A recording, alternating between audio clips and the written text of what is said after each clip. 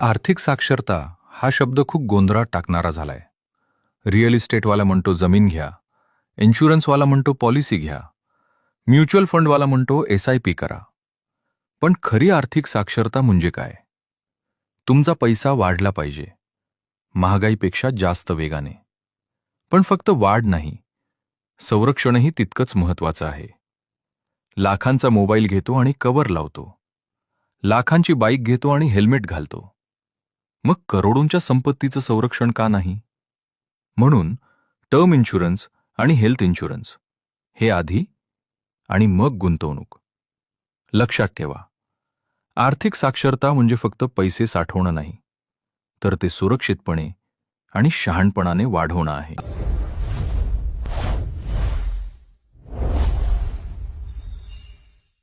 Mutual fund investments are subject to market risks. Read all scheme-related documents carefully.